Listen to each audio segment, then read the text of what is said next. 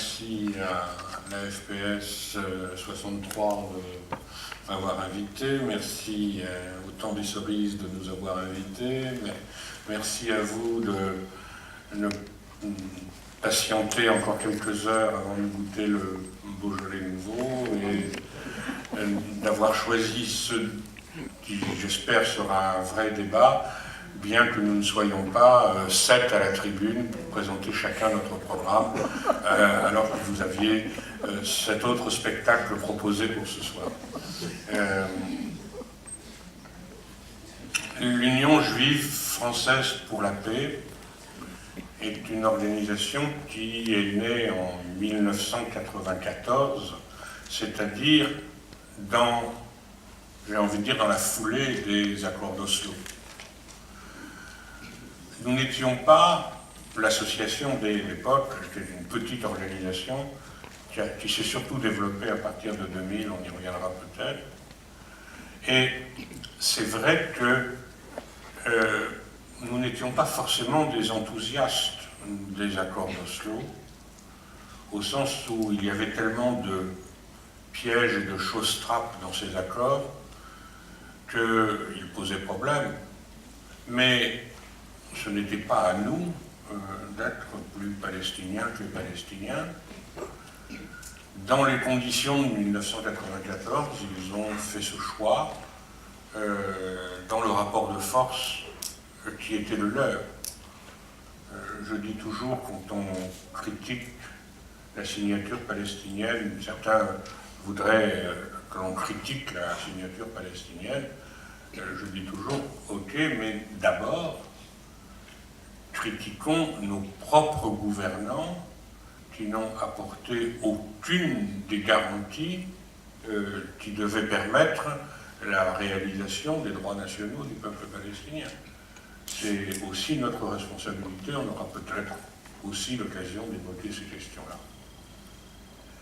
Mais le JFP, c'était la volonté qu'il y ait une parole juive contre la politique de l'État d'Israël.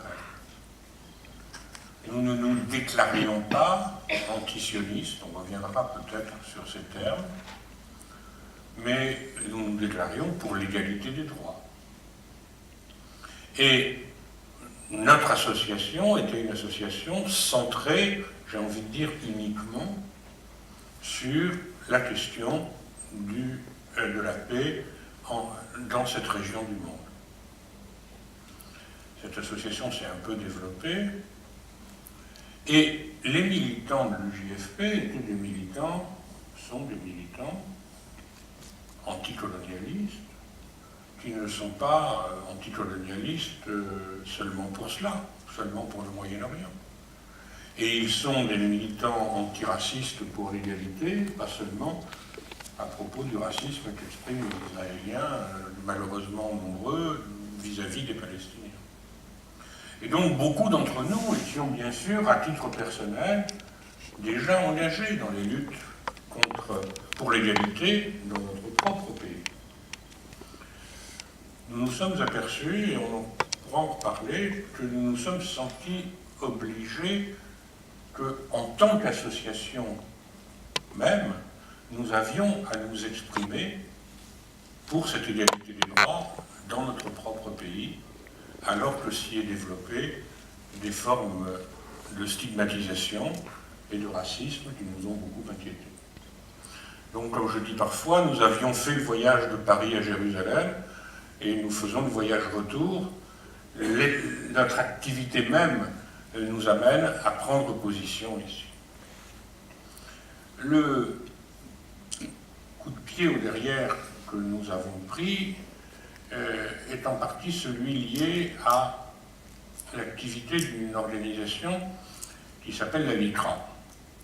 Je ne vais pas faire ici l'histoire de la LICRA, qui a des pages glorieuses et des pages nécessaires, mais cela fait longtemps que nous sommes gênés par cette idée de lutter contre le racisme et contre l'antisémitisme, comme si l'antisémitisme devait être une sphère à part de la lutte contre le racisme.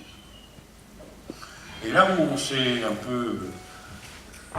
on a accéléré un peu le travail que nous faisions là-dessus, c'est quand nous avons vu en 2014 la sortie de ce livre de la LICRA, qui s'appelait « 100 mots pour se comprendre, contre le racisme et l'antisémitisme », où, entre autres entrées, il y avait une entrée Israël, où il était dit qu'Israël était la seule démocratie du Moyen-Orient, et une entrée sionisme, antisionisme, qui expliquait que l'antisionisme, c'était le nom que devait porter aujourd'hui, l'antisémitisme.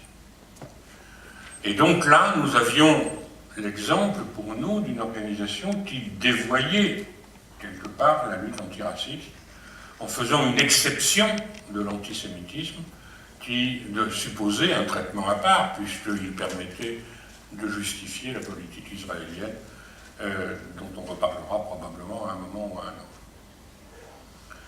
Nous avons déposé ce projet, nous avons réalisé ce projet. Quand il y a eu l'appel, quand il y a eu Charlie, il y a eu deux événements sur lesquels je reviens. D'une part, Jakubowicz, le président de la LICRA, a offert à Madame Vallaud-Belkacem le livre que je viens d'évoquer, pour qu'elle le mette sur le site de l'Éducation nationale comme document, j'ai envie de dire, pédagogique, semi-officiel, ce qui nous paraissait un peu incroyable. Il a été retiré, si vous voulez qu'on en parle dans le débat, j'en reparlerai. Et l'autre chose, c'est la manière dont a été traitée la question de la minute de silence à propos du terrible massacre des journalistes de Charlie, puis de l'affaire de l'Hypercacher. Claude Loasguen, député républicain, militant sioniste, a interpellé la ministre de l'Éducation nationale en disant que la minute de silence n'avait pas été suivie correctement partout et qu'il y avait eu des choses insupportables et qu'il fallait que le ministre se précise des choses. Et là, il y a eu d'une part une réponse de la part de Mme Vallaud-Belkacem disant que les élèves ici et là, des élèves avaient posé des questions insupportables. Je m'interroge encore sur la vision de la pédagogie qu'a notre ministre de l'Éducation nationale, si elle pense que des élèves posent des questions insupportables. Qu'on ne pouvait pas parler de poids de mesure. Comme si ceux qui disaient « mais on fait une affaire là-dessus, mais on n'en fait pas sur d'autres, etc. » Que des élèves s'interrogent sur l'importance qui a été accordée à tel ou tel événement, ça ne nous paraît pas scandaleux. Qu'un élève de 8 ans soit convoqué au commissariat parce qu'il a été dissipé et qu'il a dû dire ce qu'il avait entendu chez lui et qu'il n'aurait pas dû laisser entendre, nous inquiète sur l'évolution de notre propre société.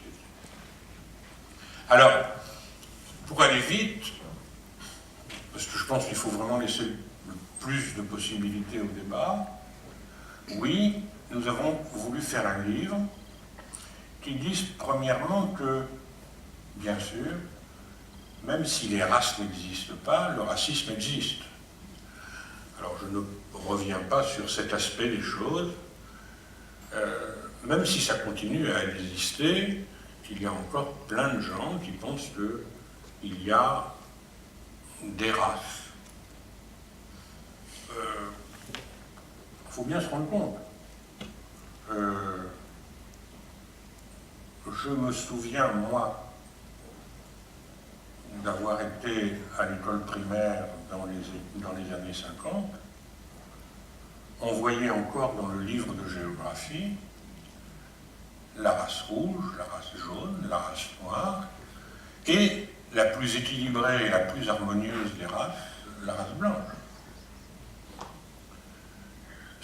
Où on reprenait le dessin que vous trouvez dans le Tour de France par deux enfants, le Tour de la France par deux enfants, où on retrouve une gravure avec les 4 races. Donc, je le dis tout de suite, on nous bassine avec ce qui serait un bloc, qui seraient les valeurs de la République. Et dans ces valeurs de la République, il y aurait notamment l'antiracisme. Et ça comme un bloc éternel. Alors que nous sommes dans une République qui a été, sous la 3e et au début de la 4e, au moins, non pas explicitement, c'était une République explicitement raciste. Jules Ferry, présenté comme un des grands républicains, y compris pour son activité scolaire, est quelqu'un qui expliquait le devoir qu'avaient les races supérieures pour élever les classes inférieures. C'était ça, la valeur de la République. De même que les valeurs de la République supposaient de ne pas accorder les droits civiques à la moitié de la population, en l'occurrence les femmes, parce que si on ne voulait pas l'hystérisation de la vie politique et l'irresponsabilité des décisions, il fallait quand même que les femmes prennent la pleine responsabilité des maisons, mais pas de la société. Donc, c'était ça aussi, les valeurs de la République. Pour un autre thème qui est un thème d'actualité des dernières années, les valeurs de la République, c'était de considérer l'homosexualité comme une maladie mentale et une perversion.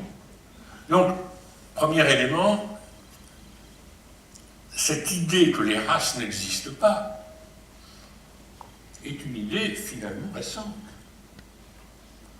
Et vouloir considérer que... Bon, ça c'est la première chose. Deuxième chose, il y a, et c'est là que nous commençons à nous décaler par rapport à un discours officiel aussi, le racisme, c'est pas simplement une attitude individuelle. C'est pas qu'il y a des gens qui sont pas accueillants et qui voient les autres comme des gens qui sont pas comme nous, ou pas dangereux. Il n'y a pas que de la xénophobie dans le racisme. Il n'y a pas que l'inquiétude vis-à-vis de choses qui sont étrangères. C'est un système de domination. Dans nos livres d'histoire, si on nous a présenté les 4 races, on ne nous a pas souvent présenté le Code noir. Le Code noir qui est donc ce texte écrit par Colbert et qui fixe en droit le fait que les esclaves sont des biens meubles qui peuvent être échangés, vendus, battus, etc. On ne biens meubles, au même titre, je ne dirais pas que des choses, mais plutôt que des animaux, c'est-à-dire qu'on doit les traiter de façon à ce qu'ils restent, si possible, en vie le mieux possible. Ce code noir accompagne toute la traite négrière comme système raciste, comme système de domination, est un système qui dure plusieurs siècles, qui accompagne, qui commence pratiquement avec au XVIe siècle, avec le début de l'exploitation du continent américain, et qui va perdurer jusqu'au XIXe inclus. C'est 4 siècles presque, où l'expansion économique et commerciale de l'Europe occidentale, donc ce qui fait le développement initial du capitalisme comme système tire une bonne partie de ses ressources d'un système raciste, d'un système de domination et d'exploitation raciste. C'est aussi quelque chose qu'on n'a peut-être pas assez développé dans le livre, même si nous le citons. Mais l'antisémitisme aussi a été un système. Bon. L'antisémitisme supposerait aussi, peut-être que vous aurez des questions là-dessus, nous y sommes particulièrement sensibles, on y accorde peut-être plus d'importance qu'à d'autres éléments en proportion, parce que ça fait partie de nos histoires. Le problème de l'antisémitisme, c'est effectivement cette spécificité qui fait que pendant presque 2 millénaires, on va connaître un anti-judaïsme chrétien, parce que la plupart des églises chrétiennes considèrent que c'est les Juifs qui ont crucifié Jésus. Et puis il va se développer au XIXe un racisme biologique qui va inventer une race sémite, qui est censée d'ailleurs quasiment inclure les Arabes dans des conditions de scientificité que vous imaginez. Et il va y avoir une essentialisation des Juifs qui se combine à ce moment de la crise du capitalisme, de la fin du XIXe, qui se cristallise en même temps avec la perception des Juifs, ou l'affirmation que les Juifs sont les maîtres du monde, donc du système capitaliste, si vous voulez. Un socialiste allemand, August Bebel, a dit « L'antisémitisme, c'est le socialisme des imbéciles ». C'est pas mal vu. C'est pas mal vu au sens suivant. On constate le développement du capitalisme, on constate qu'il est un système mondial, un système d'organisation internationale. Dans ce système-là, on identifie des gens qui sont ici et là en même temps. Le mythe de Rothschild, pour dire les choses. Où on peut être Rothschild à Londres, le Rothschild à New York, le Rothschild dans l'Empire austro-hongrois. Et donc, les Juifs deviennent le symbole du système, de gens qui n'ont pas de terre, qui ne sont pas attachés à une terre, et qui donc ne sont pas comme nous, ne sont pas comme les autres peuples. Et d'une certaine façon, c'est là que j'introduis la question tout de suite, sionisme, antisionisme, pour la raison suivante. Quand se développe en France l'affaire Dreyfus, cela veut dire que dans le pays, et c'est la référence de Theodor Herzl, fondateur du sionisme politique, dans le pays le plus démocratique qui a émancipé les Juifs avec la Révolution française, un siècle plus tard, l'antisémitisme se déchaîne contre le capitaine Dreyfus. Cela devient pour Herzl la preuve qu'il n'y a pour les Juifs, pour échapper à l'antisémitisme, qu'à devenir une nation comme les autres. Et donc, vous avez une sorte de nationalisme tardif, après les luttes pour l'unité allemande, l'unité italienne, la volonté d'une nation hongroise d'avoir son État, ou un État autrichien. Et bien, si on veut être comme les autres, il faut un État juif. Et où est-ce qu'on va mettre cet État juif? Ben, il faut qu'on trouve une terre sans peuple pour un peuple sans terre. Et on cherche, plus ou moins. Mais assez rapidement, le sionisme laïque de Théodore Herzl, qui veut un État, rencontre le sionisme religieux, ceux qui ont, sans vouloir d'État, voulu aller à Jérusalem sans attendre l'année prochaine. Et à ce moment-là, si vous voulez, il devient pour le sionisme une évidence que l'État juif, ça doit être la Palestine. La force du mythe de Jérusalem, l'idée que les Hébreux ont été dispersés et qu'ils doivent revenir à leur point de départ. Cette idée-là, du sionisme, elle est très minoritaire parmi les Juifs, pour des raisons diverses. Mais la grande majorité des Juifs, je dirais, au moins jusqu'à la Deuxième Guerre mondiale, certains disent au moins jusqu'aux années 30 avec la victoire d'Adolf Hitler en 1933 en Allemagne, le sionisme est minoritaire chez les Juifs. Les Juifs ne partagent pas cette idée de la séparation, cette idée qu'il faudrait, pour vivre dans la paix et dans l'harmonie, vivre entre nous. Cette idée-là n'est pas l'idée dominante. Et puis d'autres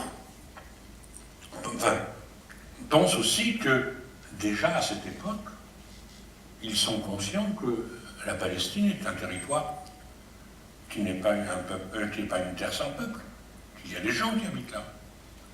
Et que le processus qui les amène là est un processus qui n'est pas seulement nationaliste, mais qui est aussi colonial. On y reviendra, si vous le voulez, là-dessus, à propos de la création d'Israël. Et donc, ce sionisme minoritaire va progresser, alors que dans les sociétés que nous connaissons, certains veulent s'intégrer dans ces sociétés existantes, vivre ensemble avec ceux qui y vivent, et cela vaut pour, dans le grand espace de l'Est, où il y a des millions et des millions de Juifs, Pologne, Ukraine, Russie, l'idée que la solution, c'est la révolution socialiste. Que c'est parce qu'ils sont bolcheviques, parce qu'ils sont mencheviques, parce qu'ils sont anarchistes, parce qu'ils sont bundistes, c'est-à-dire qu'ils pensent qu'il peut y avoir un socialisme, un parti juif national dans cette région qui soutient l'autonomie culturelle, c'est-à-dire surtout la défense du yiddish, la défense de la langue, mais qui peuvent vivre ici, vivre là où ils sont. Cette position-là peut être aussi la position de gens qui ne sont pas contre le capitalisme et qui, aux États-Unis ou ailleurs, ne sont pas pour cette séparation. Donc l'antisionisme, c'est d'abord une idée juive. L'antisionisme, c'est d'abord l'idée que les Juifs pensent que non, pour le vivre ensemble, c'est pas en se faisant un État à part. Après, il y a des discussions. Alors, je ne sais pas si vous avez ici eu, d'une manière ou d'une autre, la discussion avec les thèses de Shlomo Sand, mais Shlomo explique que le peuple juif, c'est quand même une invention. Quand en 70, on disperse, on dit qu'il y a eu dispersion après la destruction du deuxième temple. Mais cette dispersion, elle ne concerne que peut-être 15 ou 20% de la population. Les paysans qui habitaient là sont restés, j'ai envie de dire comme d'habitude, dans ce genre de choses. Ce sont les villes qui ont émigré, qui sont parties. Et elles sont parties alors qu'il y avait déjà des communautés juives, tout sur tout le pourtour méditerranéen. Et ils sont partis pas seulement en constituant des groupes fermés, ils ont été y compris prosélytes dans leur idée du Dieu unique. Ils ont effectivement été dans le Maghreb, dans le Mashrek, dans le Caucase, et ils ont converti au judaïsme, les gens. Et des communautés juives ont existé là. Est-ce que ça forme un peuple? Ça se discute. Tout peuple est en partie une invention. Je ne sais pas si ce soir, ceux qui ne sont pas ici ont le droit au discours sur nos ancêtres les Gaulois, mais l'idée, sans vouloir être caricaturale, en général, on nous présente un peuple comme un groupe qui a voulu se donner à l'État, alors qu'en réalité, c'est l'État qui a défini la géographie et le roman national de ce peuple. Quand vous pensez que les habitants de Saint-Louis du Sénégal sont français depuis bien plus longtemps que les habitants du comté de Nice, vous comprenez bien que le coût des ancêtres des Gaulois, ça demanderait un peu de discussion, un peu avancée. Et en Palestine, la population qui est là, les Palestiniens, c'est pour une bonne part les Juifs qui sont restés sur place, dont une partie a reconnu en Jésus le Messie, dont certains sont restés juifs, mais il n'y en a plus beaucoup dans cette filiation, enfin les Samaritains. Et puis, les autres, quelques générations plus tard, ont, j'ai envie de dire quand même plus ou moins volontairement, mais ont reconnu en Mohammed le prophète. Bon. Et il y a cette diversité qui s'est maintenue, de ce peuple qui est resté sur place. L'idée que l'an prochain à Jérusalem, pour les rabbins, pour les communautés juives religieuses, c'est la Jérusalem céleste. C'est une vision religieuse. Ce n'est pas une vision matérielle. L'extraordinaire du sionisme politique a été de faire de la Bible un livre d'histoire et de géographie. Et de considérer que, oui, le peuple élu était là. Des militants socialistes, athées, dirigeants du Parti travailliste, qui n'ont que mépris pour la religion judaïque, qui même n'ont que mépris pour les rabbins qui sont parfois accusés d'avoir emmené les Juifs du ghetto en rang par deux jusqu'au camp d'extermination, vont prendre la Bible et regarder où était la terre que Dieu avait donnée au peuple juif. C'est cette histoire extraordinaire, quand même, et étonnante, et quand même largement artificielle. Alors, dire que l'antisionisme, c'est-à-dire dire que la manière dont des milices juives se sont développées, alors il faut que je revienne quand même encore sur un autre truc, un peu brouillon, parce que comme je ne veux pas lire mon texte, je suis parfois un peu brouillon. Je vais revenir en 1916, excusez-moi. 1916, Première Guerre mondiale, accord Sykes-Picot. On ne l'a pas vu beaucoup les derniers temps, y compris dans la présentation de l'histoire de la Première Guerre mondiale. Sykes est le représentant de la diplomatie britannique. Picot est le représentant de la diplomatie française. On est au milieu de la Première Guerre mondiale, et ces deux diplomaties discutent de quoi? Discutent du partage de l'Empire ottoman après la victoire. Il s'agit de démanteler l'Empire ottoman et de se répartir les autres. On le fait.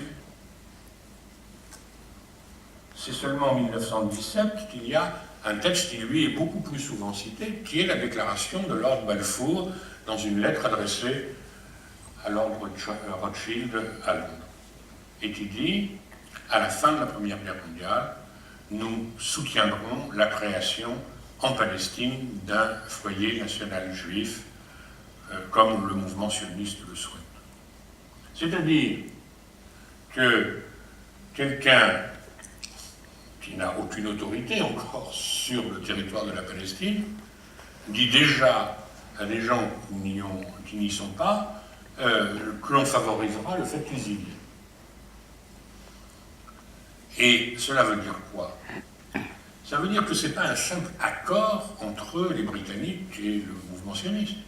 Ça veut dire que le développement d'un foyer national juif avec des gens qui viennent d'Europe pour constituer un groupe qui casse l'unité de cette population, c'est une pièce dans le dispositif de l'impérialisme britannique, bien sûr, qui va chercher, bien sûr, à calmer les Arabes et à leur dire qu'il ne faut pas qu'ils s'inquiètent.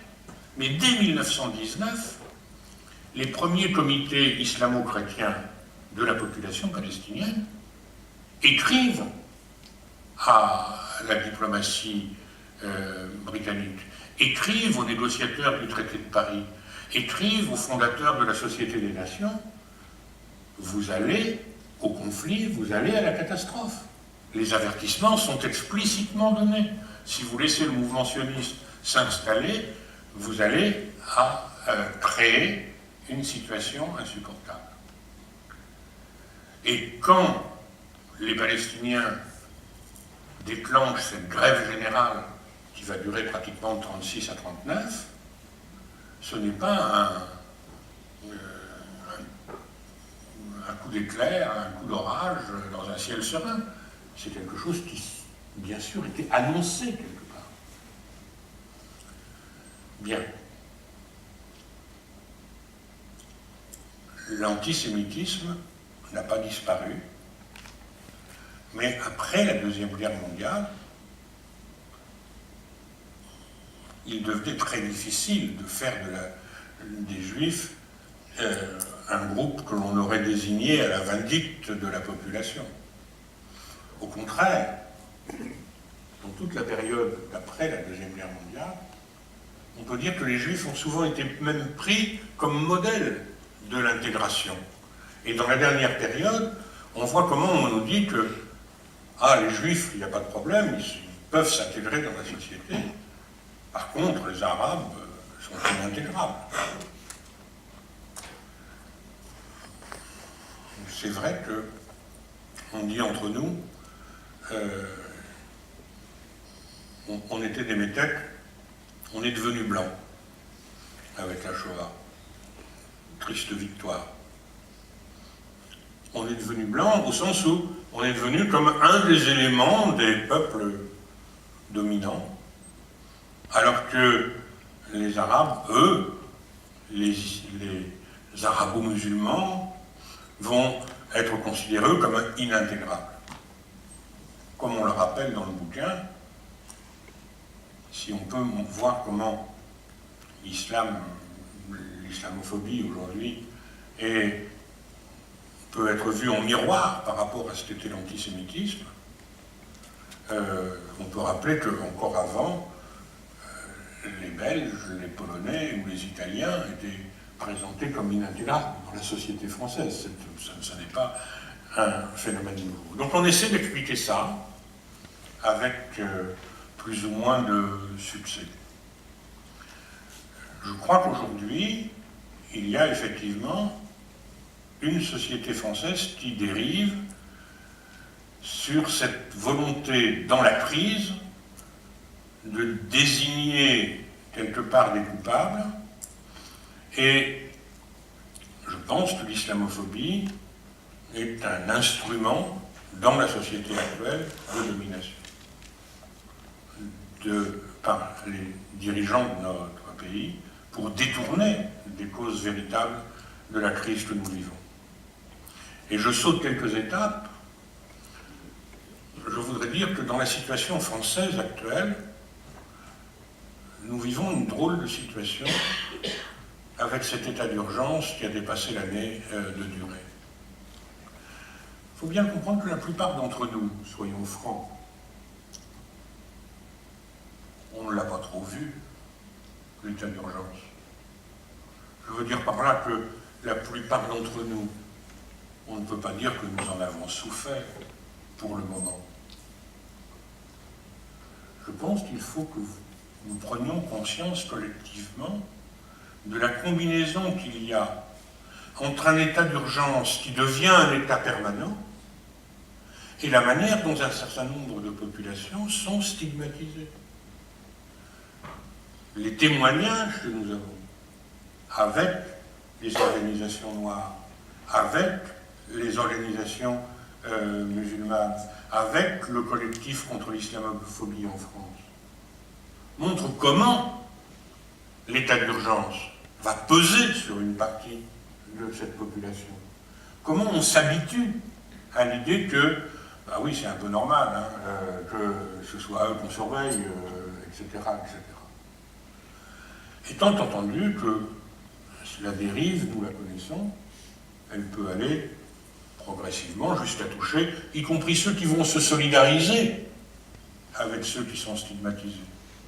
Aujourd'hui, nous savons que le délit de solidarité commence à petit s'installer, y compris en justice. Bon. Donc il y a un vrai danger de développement.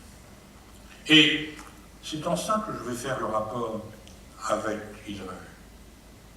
Qu'est-ce que nous constatons aujourd'hui?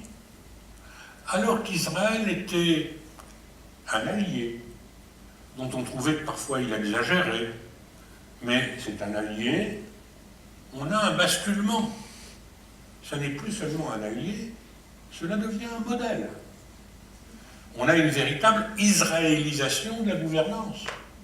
Vous voyez des députés faire des délégations en Israël pour prendre conscience du système de lutte contre le terrorisme qui peut exister en Israël et s'en vanter et veut nous dire que c'est cela qu'il faut faire aujourd'hui si on veut vraiment lutter contre le terrorisme. Alors, si on prenait la méthode israélienne, certes, on aurait évité la pantalonnade de l'affaire du Burkini, qui a fait rigoler tout le monde entier, sur le ridicule de cette affaire.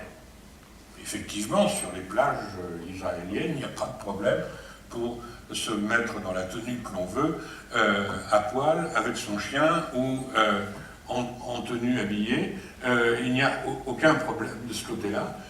Mais quand les Israéliens vous disent, en rigolant, si vous ne savez pas lutter contre le terrorisme, vous avez qu'à nous demander,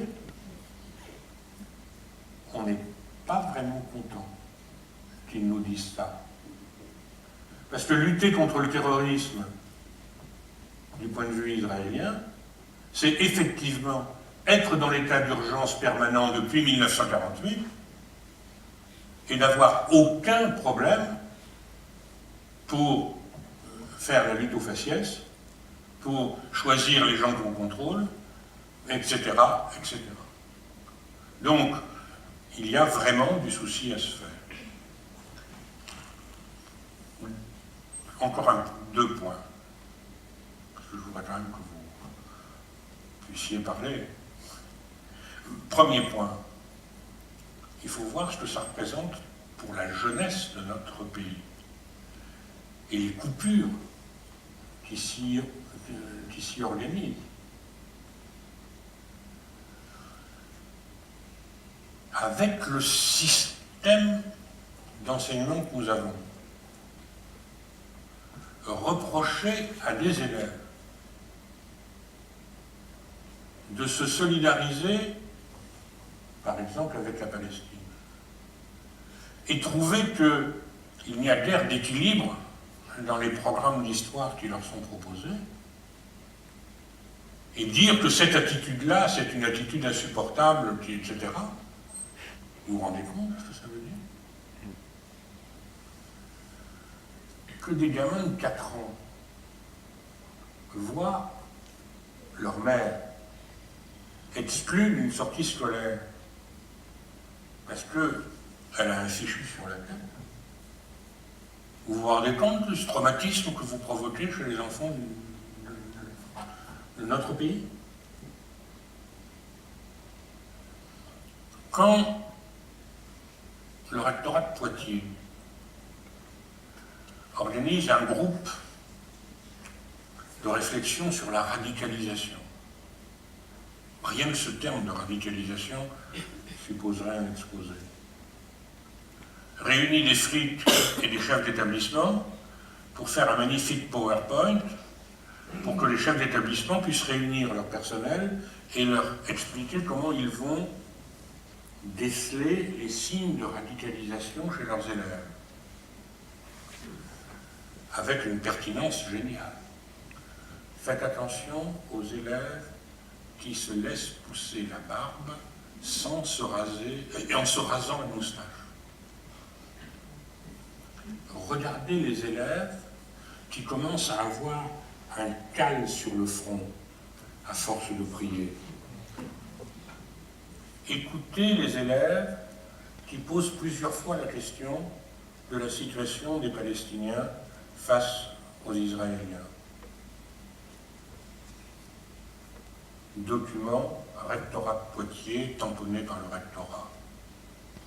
Nous, on a écrit à l'EJFP, le rectorat de Poitiers est victime du syndrome de Charles Martel, il faut y arrêter les Arabes. Mais, vous vous rendez compte? Le terme de radicalisation, je souhaitais à tous mes élèves qu'ils radicalisent leur réflexion, qu'ils aillent à la racine des questions qui se posent. C'est un terme fou. On confond des gens qui vont devenir radicalement musulmans avec des gens qui seraient radicalement armés pour tirer dans le tas. Qu'est-ce que ça veut dire que cette histoire-là? On a des problèmes avec la laïcité. Il y a eu détournement de la loi de 1905. On passe d'un État qui ne doit pas intervenir dans les affaires religieuses à des individus qui devraient être laïcs. C'était une absurdité. Il n'a jamais été question, au moment du débat de la loi de 1905, de demander à ce que la religion soit exclue de l'espace public. On a demandé à l'État de ne pas s'en soucier. Mais on n'a jamais interdit à un curé de se promener en soutane dans les rues de Clermont-Ferrand. On n'a jamais interdit, même, que, si les conditions d'ordre public sont réunies, une manifestation religieuse même puisse sortir. Et d'ailleurs, quand il y a des pèlerinages chrétiens, on continue à ne pas les voir. Donc il y a une stigmatisation aujourd'hui de l'expression de la religion musulmane dans l'espace public. Il ne faut pas de signes ostentatoires à l'école. Mais dès qu'on voit une main de Fatima, c'est déjà ostentatoire, alors que les médailles de la Vierge n'ont rien d'ostentatoire, c'est un baptême normal. Qu'est-ce que c'est que cette histoire-là? On peut vouloir l'uniforme, bon, ça c'est... Je souhaite bon courage à ceux qui vont vouloir l'imposer, mais on peut vouloir l'uniforme, mais